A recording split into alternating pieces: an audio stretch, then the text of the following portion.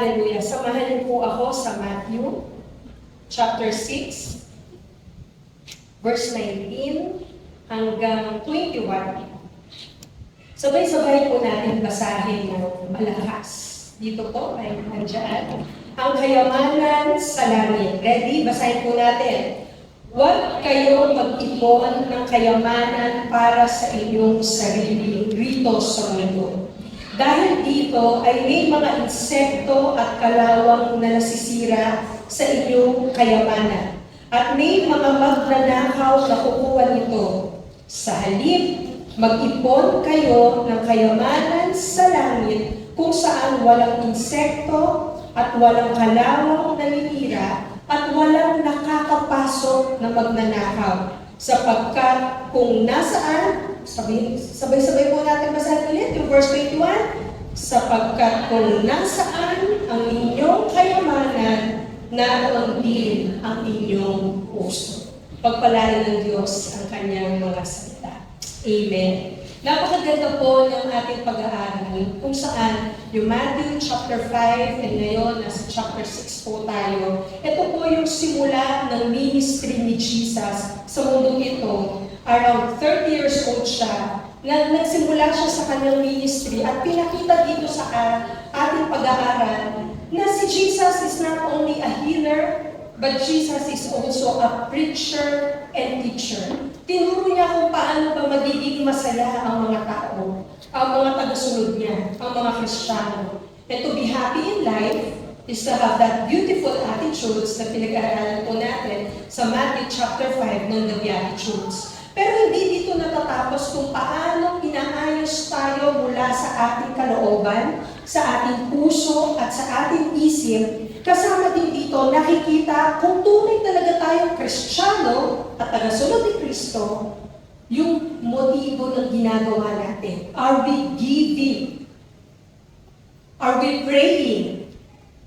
Are we fasting? The spiritual disciplines na ibinigay ni Jesus ay pagpapakita yung totoong motibo natin ay dapat ginagawa natin ang lahat ng ito ng sikreto. Privately. Hindi tayo magbibigay at saka pasabihin natin sa mga tao, nagbigay ako ng 10,000 kay ate kasi wala siya. No? Hindi tayo nagpapakita lagi na nananalangin na tayo sa loob ng iglesia, kundi isinasarado natin ating mga pintuan at doon tayo nananalangin. At sa ating pag-aayuno, nag-aayuno tayo, hindi para ipakita na tayo gumagawa ng mga ganitong performance, kundi hinahanap natin si Jesus at ang Espiritu niya sa ating mga buhay. Pinag-aralan ko at tinuro po ni Pastora Sara sa inyo na Dulang Word. Tinuro ni Pastor Lino na patuloy tayong mag-evangelize because the harvest are many, but the workers are few. Tignan mo yung katabi mo sa umaga ito. Nasaan ang yaman mo? Tanungin mo siya, saan mo nilalagay yung pera mo? Sana nga meron. Diba? Ilang taon ka na nagtatrabaho? Ilang years na yung negosyo mo? Where do you put your treasures? Yung pinagpapaguran mo. Where do you put your money? Property? Nandiyan si Ate Glenn. Kotse? Nandito kami. Kailangan mo bumili ng kotse. Convince ko kayo bumili ng pinakamahal para malaki ang aking kitain. Diba? We put our money, our possessions, maybe sa ating mga material, clothes, everything. Pero napakaganda po ng itinuro sa atin ni Jesus dito. Saan ba talaga tayo dapat mag-impon ng kayamanan? Hindi naman po sinabi na masama ang mag-ipon. Hindi naman masama ang mag-invest sa property na kung saan hindi ka malulugi. Pag-invest ka sa kotse, a few years later, depreciated na yung value. Diba? Tignan mo yung sapatos ng katabi mo, ilan buwan na ba yan? No? Pakabago, diba? Yung cellphone na nasa bag, kung anong latest na dating ng mga gadget. Lagi tayong may mga bago. But Jesus is teaching us this morning, store up your treasures in... Saan po? mag-ipon daw tayo ng kayamanan sa langit. Ano bang ibig sabihin ng pag-iipon ng kayamanan sa langit? At paano ba tayo mag-iipon ng kayamanan sa langit? Una, bigyan din natin dito yung unang sinabi ni Jesus sa verse 19, huwag kayong mag-ipon ng kayamanan para sa inyong sarili rito sa mundo dahil dito ay may mga insekto at kalawang na nasisira sa inyong kayamanan at may mga magnanakaw na kukuha nito. Pinahina dito ni Jesus, he's commanding and telling the followers of Jesus, huwag kayong mag-ipon ng kayamanan dito sa mundo ito. Do not put your treasures on earth. Bakit? Noong una, treasures on earth are temporary. Pwedeng masira kahit anong ingat mo. Pwedeng kalawangin, pwedeng maluma, o di kaya naman, pwedeng manakaw. That's why treasures on earth are just temporary. And earthly treasures are not bad. Take note, hindi po masama ang maging mayaman. Hindi masama ang kumita at magkapera. Pero wala silang ultimate value sa buhay. Because the one that has ultimate value is the one that is eternal. What? Sabi po sa Kawikaan 23:4 hanggang 5, huwag mong pahirapan ang sarili mo sa pakibasa nga po, dito pa na dito. Ready? Huwag mong pahirapan ang sarili mo sa pagpapayaman. Sa halip, pigilan mo ang iyong sarili at isipin kung ano ang mabuti. Dahil ang kayamanan ay madaling mawala at tila may pakpak na lumilipad sa kalawakan tulad ng isang agila. Ano bang ibig sabihin dito? Alam niyo po yung sumulat ng Proverbs is the wisest and richest man na sinabi niya, huwag niyong pahirapan ang sarili niyo sa pagpapayaman. Hindi naman niya sinabing bawal magpayaman. Pero sabi dito, huwag niyong pahirapan ang sarili niyo sa pagpapayaman. Sa halip, pigilan niyo yung sarili niyo dito at isipin niyo, ano ba yung mabuti? Yes, nagtatrabaho tayo. Yes, nag-aaral tayo ng mabuti for a better, for a good, successful future. And this world defines success kung anong narating mo. Kung saan ka nakatira. No? Kung anong kotse mo. Kung anong gamit mo. Pero sabi po ni Haring Solomon, huwag natin pahirapan ang sarili natin sa pagpapayaman sa mga ganitong bagay. Even, pansinin niyo po yung mga nananalo sa mga loto. Lagi po tinatanong ako, Mami, ba't di tayo pwede tumaya sa loto? Siyempre, anak, gambling yun. Meron po ba nagloloto sa inyo? No? It's not the will of God. At yung mga nananalo ng jackpot ng mga millions, hindi ba mabilis lang din nawala yung pera nila? And if you're being paid with yung salary mo, naisip mo ba yung isang buwan pinaghirapan mo, 10 araw pa lang, wala na. Ang sabi dito ni Haring Solomon, parang lumipad sa dami ng gastos at sa dami ng bayarin. Ganoon ang pera. So don't spend too much of your time chasing too much on earthly treasures. Instead, ang sabi po ni Jesus, store up treasures in heaven, for such treasure will never be lost. Sino po sa inyo yung napakaingat sa mga bagay-bagay na binibili nyo, na ini-invest ninyo, no? Kahit anong ingat mo, pero pag nahawakan ng ibang tao, nasisira. Di ba? Kung kahit anong pagyayaman mo, anong gawin mo, kung di man nasisira yung pinag-investan mo, pwede rin manakaw. O di kaya naman, one day, lahat ng yaman mo, iiwan mo lang sa mundo ito. May ibang makikinabang na pwedeng too much mong pinahalagahan, pero yung pinag-iwanan mo, hindi pinahalagahan. Nakakarinig po ba yung medyo may edad na? Nung bago po ako may asawa, yung biyanan ko, dami po niyang magagandang kawali, plato, hindi po niya ginagamit. At yung ginagamit po namin, ang papangit na kawali na lumang-luma na.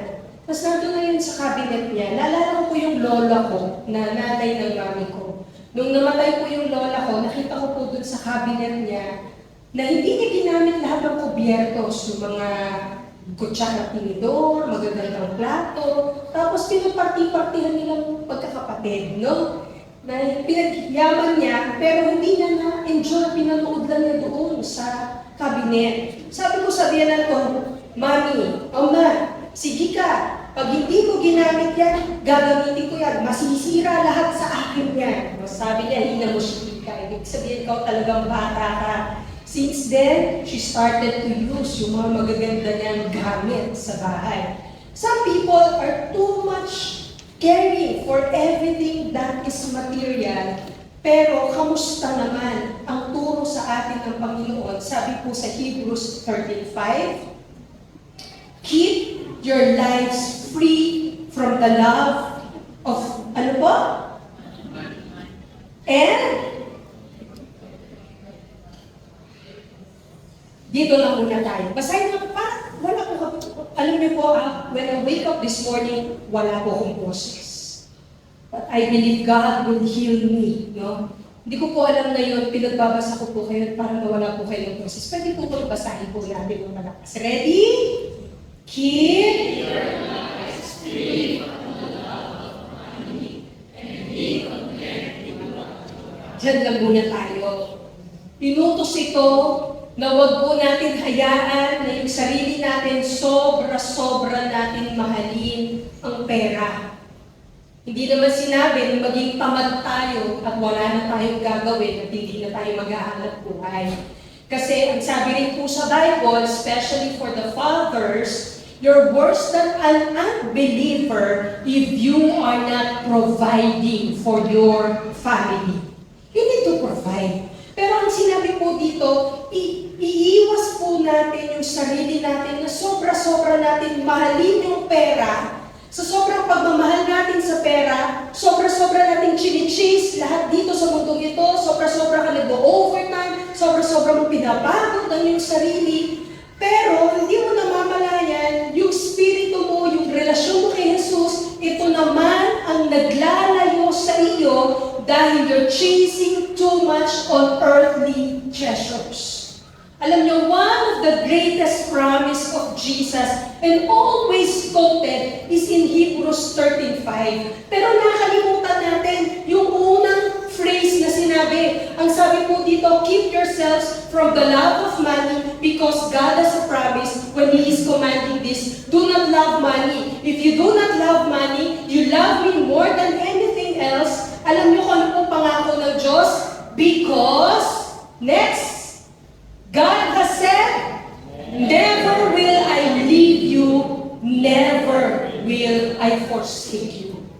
This context na ang Diyos ay hindi tayo iiwan, ang Diyos ay hindi tayo pababayaan, ay para sa mga tunay na tagasunod ni Kristo na ang treasure nila, na ang puso nila ay wala sa mundong ito, kundi kay Yesu Kristo sila nakatuon. Naghahanap buhay sila because they want to be a good provider. Nag-aaral tayo because gusto natin makatulong. Pero ang pinaka-importante ay ang relasyon natin kay Yesu Kristo. Kapatid, hindi kailangan ng Diyos ang pera natin.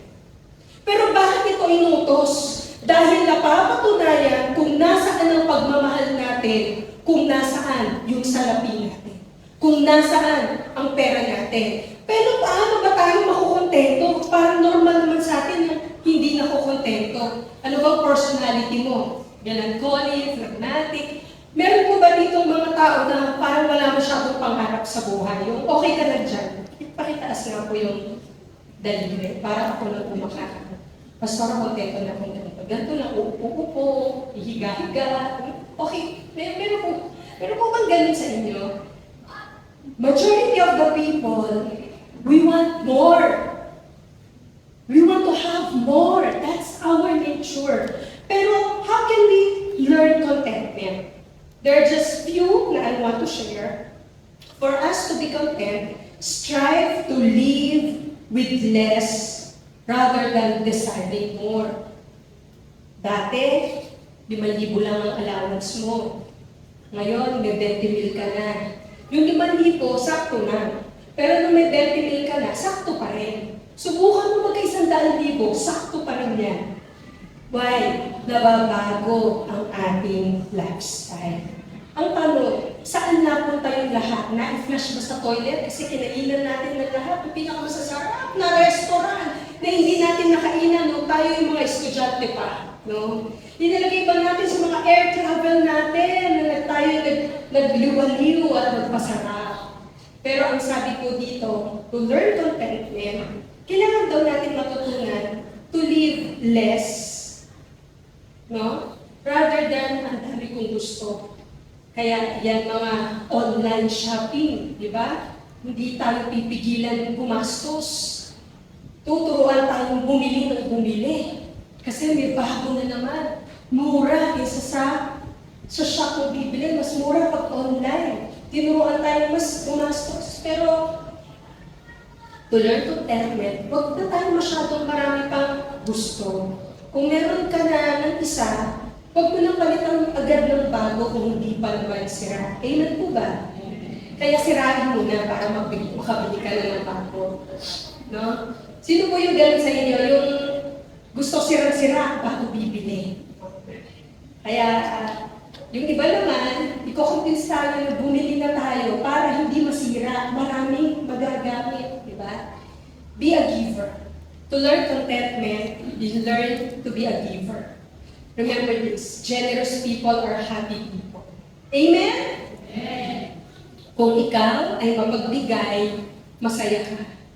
Kasi the more na nagbibigay ka, hindi ka nagbibigay dahil may sobra.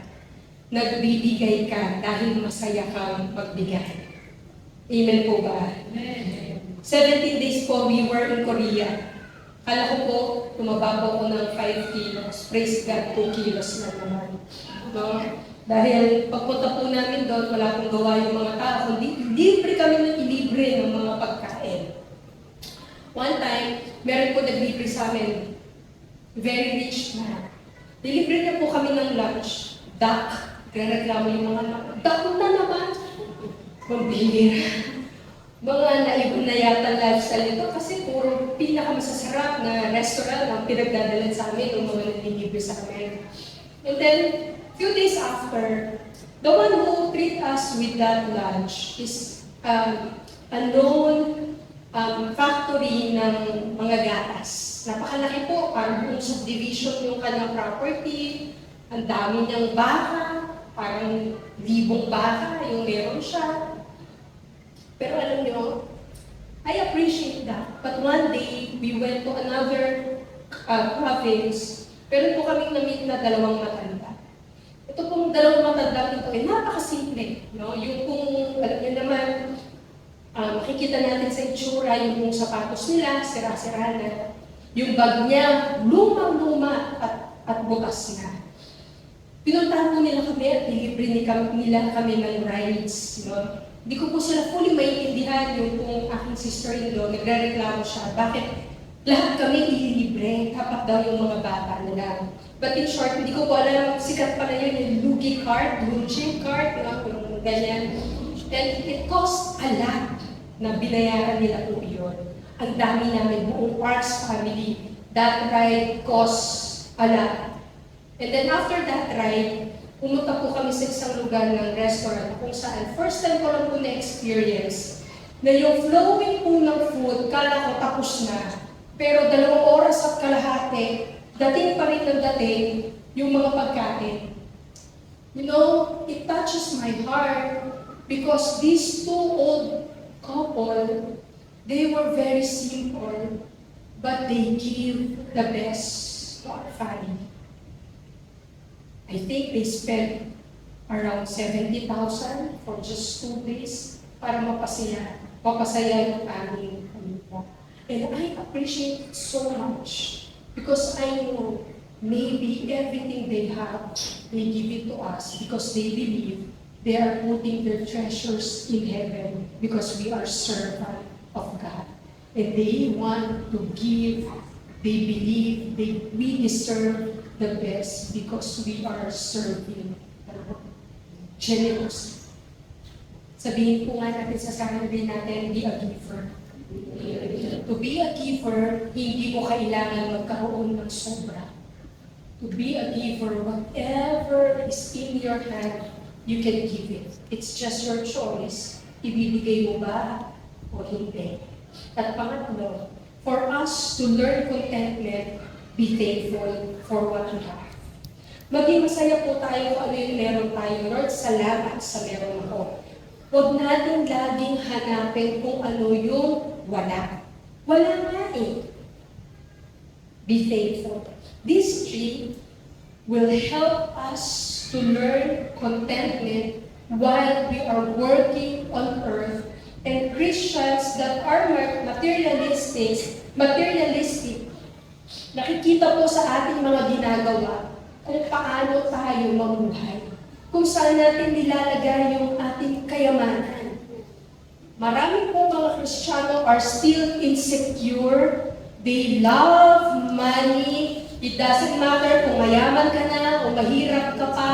Pero marami pa rin po Kristiyano ang too much insecure. That's why nagiging selfish tayo. Kaya ano po yung solusyon para tayo ay makontento? Ano po yung solusyon para hindi tayo mag-store up ng treasures natin on earth? Trust God to meet all our needs. Nag-aalala ka ba? Na kapag nagbigay ka, wala nang matira sa'yo. Nakapagbigay na po ba kayo ng totally binigay niyo lahat? At inisip nyo pinagbigyan mo, kaya naman ako binigyan nito kasi may sobra siya. Pero hindi nila alam yung binigay mo, lahat na yun! No? Ramdam na ramdam mo sa pagkatao mo, sa buto mo, lahat na yun. Bukas, Lord, paano gagawin mo? And then you have proven that God will meet all your needs. I stand here before you this morning and we have even experienced it. We don't give because we have much. I've learned to give even nothing is left. Because when nothing is left, ang Diyos ang maglalagay ng panibago pagpapala. Sabi po sa 1 John 2:17, the world and its desires pass away. But whoever does the will of God lives forever.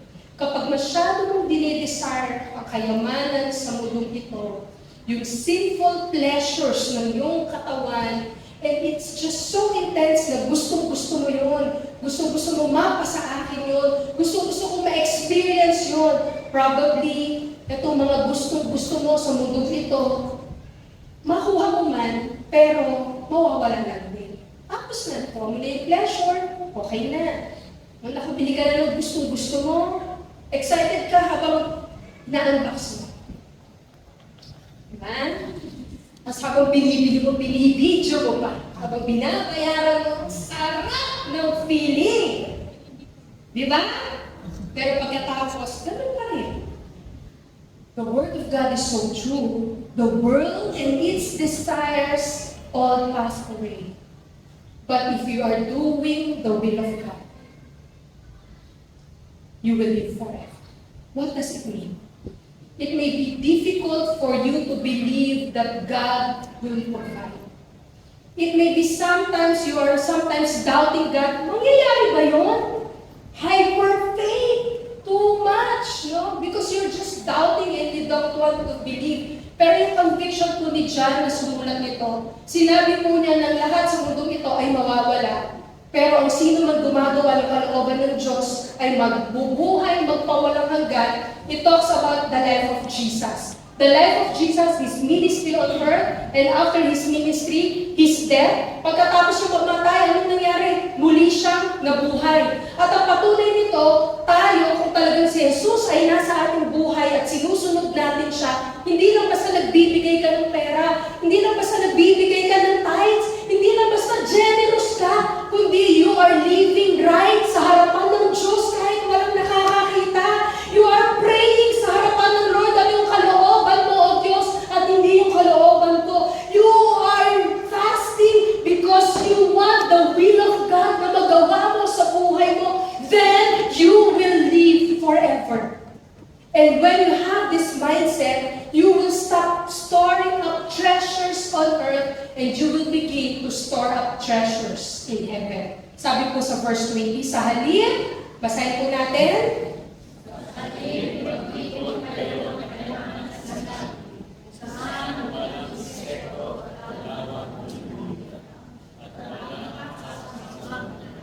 Amen. We must put our treasures in heaven. Bakit? Heavenly treasures are everlasting and incorruptible.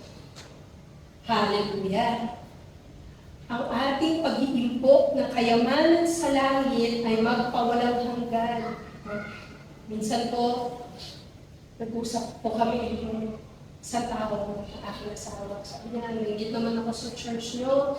Ganda-ganda na. Samantalang yung church po nila. Tuwing umuulan, nag-aalala kami kasi bumabaha sa loob. No? Walang ginawa ko sa Pastora Juliet kundi mag-vulkasil. Pero yung vulkasil, nalulusa ko. Tutulong ulit. No? Sabi niya, ang ganda na ng church. No? Sabi ko naman sa kanya, mas marami naman kayong kayamanan. Ilan na yung napagtapos ng college ng iglesia. Ilan na yung mga dating walang-wala na nabigyan na naayos ang buhay because your church is supporting these poor people. And I was reminded na minsan, itong mayayabang na mga young adult doon po sa kila Pastora Juliet at Pastora Alisa. Minsan, nag-anniversary sila. Sabi nila sa akin, Pastora Joy, hindi na kami nanghihingi ng budget sa anniversary sa church ng pagkain. Kami na ang nagbabayad ng pagkain sa church. Ganyan. Mayabang sila. Sabi na, hindi na kami nanghihingi kay Pastor Jan. Kasi all their offerings goes to the servants of God. That's how they do the management of the church. And then other activities, yung mga young adult na ang nagpo-provide. Ang yabang nila. Then one day, nag-birthday po yung asawa ko, hindi sila nagbibigay ng regalo. Ang binibigay nila, pera, no? And then my husband received a lot of money from this church. And knowing this church, they are from grassroots. Meaning po, sobrang mahirap po sila. Nang nagsimula po ang iglesia, nakasaksiyan po ng asawa ko, ang kinakain nila ay kanin na may toyo, no? At hinahingan po siya ng juice o na soft drinks na napakarami daw kuto, no? Kasi yung yatang nagbigay ng soft drinks may kuto. Ganun po sila kahirap. Pero ngayon ay hindi na ganun kahirap. Pero hindi rin ganun kadahan. No? Naalala ko po yung minsan na kwento ng matandang pastor na meron kwento po sa langit na dumating po yung mahirap na pastor na nandito sa mundong ito. Pagdating niya sa langit, yung mahirap na pastor na lagi nakabisikleta, na naghumahayo at nagdadalaw ng kanyang mga kapatiran. Pagdating sa langit, may mansyon. Wow! Kasi yung lahat-lahat, ibinigay niya sa mundong ito para doon sa ultimate value treasures in heaven. At yung mga miyembro niya na mga mahihirap, mas malaki pa yung mansyon kay pastor pagdating sa langit. Ang yaman nila. So darating na yung pastor na magandang iglesia. Nakakotse yung pastor ngayon sa mundo ito. Pagdating niya sa langit, binigyan siya ng bisikleta. Yun lang yung para sa iyo. Yung mga miyembro niya na mayayaman. Bakit ganon? Sa kanilang mansyon, ba't sa amin, parang-parong? Because there's judgment. Where do we put our treasures? There our heart is. Check yourself. If it's something about the Lord, how much are you willing to support and give? Ano na ba yung mga accomplishment mo? Pagdating sa seminar, paggagastos tayo sa mga bakasyon natin, willing tayo. Pero pagdating sa mga spiritual seminar, dapat church ang magbabago yan. Diba? Nasanay tayo na gano'n. Are we supporting students who want to learn about Bible? Are we sharing our finances to bring good news to the poor? Yes, the workers are few and the harvest are many. Maybe some and many of us are not living a difficult life anymore. But where are you putting all your treasures? Where are you putting all your time? Everything on this earth will fade away. Pero ang may ultimate value is when we put up treasures in heaven. How do we put treasures in heaven? We spend our finances in advancing the kingdom of God. Anong summer may nag-donate ng ilan para sa pagkain ng summer Bible school ng mga bata? Anong sports fest? The aim of sports fest is not only fellowship but evangelism. Ang dami pong nag-invest o nag-put ng kanilang mga donations and share para dito. Hindi lamang para maging masaya tayo, kung hindi ang katotohanan, those people who are giving, those people who are sharing, they are advancing the kingdom of God on this earth. And evangelism, bringing souls to God through these mga activities na ito, when you're investing something here, you're putting treasures in heaven. Hello? Tanungin nyo nga yung sarili nyo, saan na ba ako nakapag-invest? It's more than tithing. It's not about just giving your tithes and offering, but putting where your finances are. Gusto nyo po ba maging mayaman? Amen. At hindi rin tayo gusto maging mahirap ng Diyos. Pero ang tanong, pag yumaman tayo, ano na kayang buhay mo? Ang kayamanan mo ba ang mas maglalapit sa'yo sa Diyos? Ang kayamanan bang ipagkakatiwala sa'yo ng Diyos na pera, pananalapi at possessions, it will be used to bring honor and glory to God in advancement of His kingdom o magpapasarap ka? Yun. Saan po ba? Saan po ba? Sabi po nung pastor sa amin sa Korea, yung mga anak ko po, manghang-mangha sila sa ganda ng aquarium at ng mga isda. Sabi ng pastor, 100,000 ang aming maintenance para sa aquarium. Malaki pa sa expenses ng church namin, no? Para sa mga isda. Bigyaman itong church ito. Sometimes I'm questioning big churches, beautiful churches. How do they really advance the kingdom of God? And then one day, doon po sa huli namin na napagdalo doon, that was last Wednesday, I have seen how God mightily moved sa church na yun to bless churches that are small. Alam niyo po, yung pong iglesia po ng aking asawa na pag nagpunta po kayo, hindi po talaga maganda. Magkakasurprise si mami siguro yung daming kala, daming tulong, bakit talaga green, no? Ibang-iba siya. Then, one day when the pastor stands there, around 1,000 people, what she prepared to preach, God led her to ask people to give for the church in the Philippines para sa bubong na tumutulong. God is truly amazing. No? Na yung pong mga Koreano, bigay para ipagawa yung bubong yung kanilang siya. Because they believe this is storing up treasures in heaven. Kung nasaan ang pera mo na, doon ang puso mo. Hindi po gusto ng Panginoon na manakaw tayo ng mundo ito.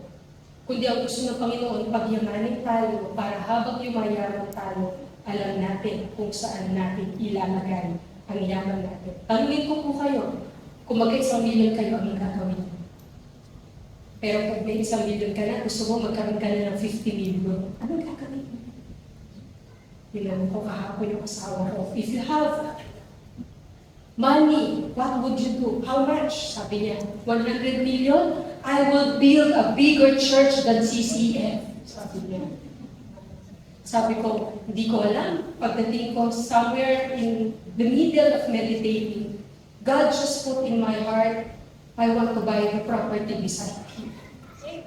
And buying the property, sabi ko, I don't know if this is right to tell right now, but there's already a structure that I want to go there. So God, alam ko, pagyayamanin mo kami so we can buy the property beside you. Amen po ba? Amen. Masigit na po tayo dito, di ba? Because God will bring more souls in this place. Can we give praises to God?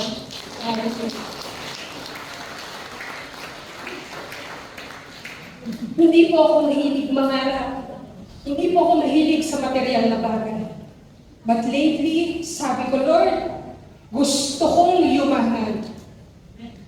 Gusto kong magkaroon ng maraming pananalapi to help more bring souls of people to your kingdom. Hindi para sa sarili ko, kundi nais ko na yung mga mahihirap, maranasan nila ang kasaganaan ng buhay kay Yesu Cristo. Those people who are really broken and living in sadness will live with peace and joy coming from God. And I believe, Lord, you will use New Life Church to bring souls of people to your kingdom. And I believe the people beginning in this church, you will start to be blessed because you will put your treasures in heaven. Tinatawag ka ng Panginoon sa isang desisyon. Ano bang choice mo? Will you serve God or will you serve money?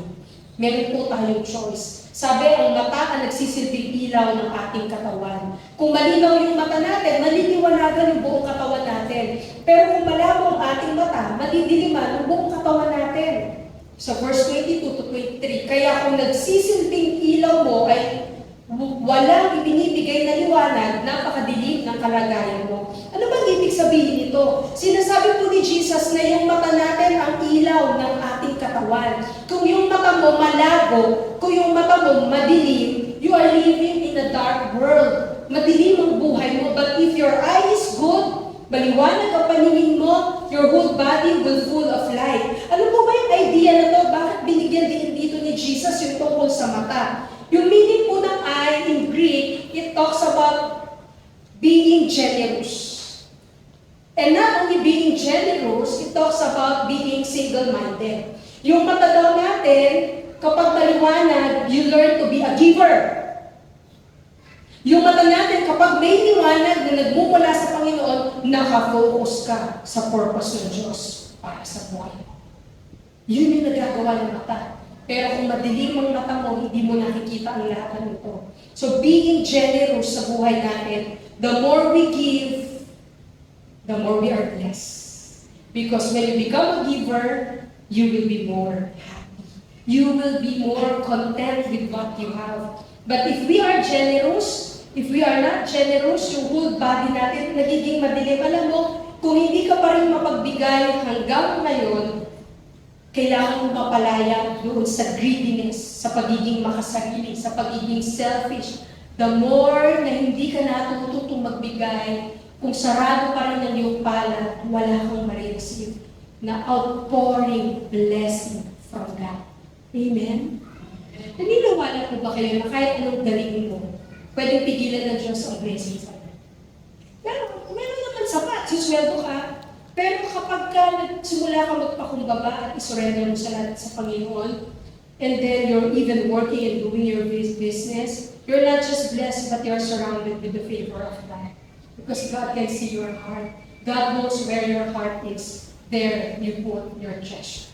Amen? So being a single-minded, we must be focused to Jesus. Ano pong sabi sa Matthew 6:33? Seek first the kingdom of God and His righteousness. And all the material needs will be added to you. Hindi ka magugutom. Tignan mo katabi mo, gutom ka na ba? Hindi ka mawawala ng gagamitin. God will provide. Sometimes, dumaraan tayo sa pagtuyo, and sometimes hindi mo mabili yung gusto mong damit. Pero minsan bumulong ka kay Jesus, Lord, gusto ko ng bagong damit. Aba, binigyan ka ng bagong damit ng katabi mo. Yung suot-suot niya, ibinigay niya sa'yo. Lord, gusto ko naman ng bagong lipstick. Aba, binigyan ako ni Ate Julie ng bagong lipstick. Mamahalin pa.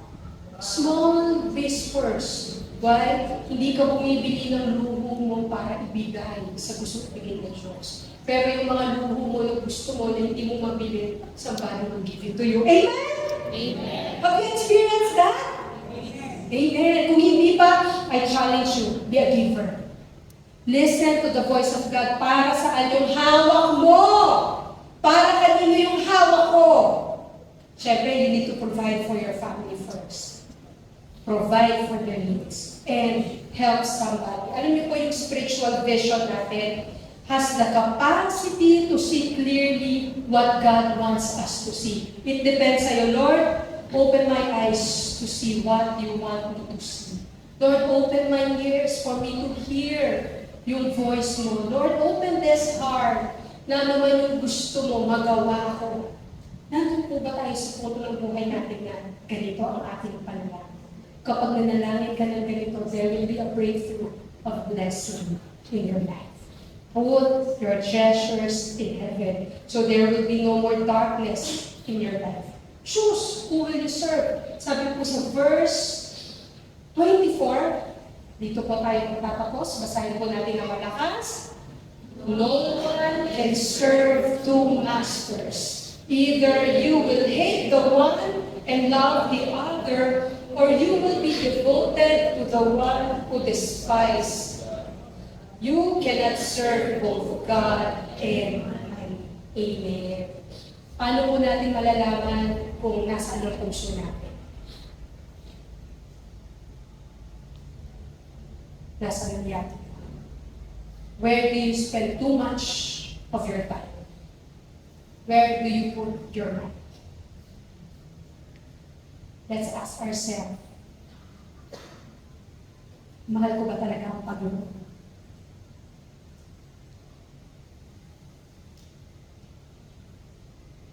Para saan ang buhay ko dito? At para saan ang lahat ng pinagtatrabaho ko?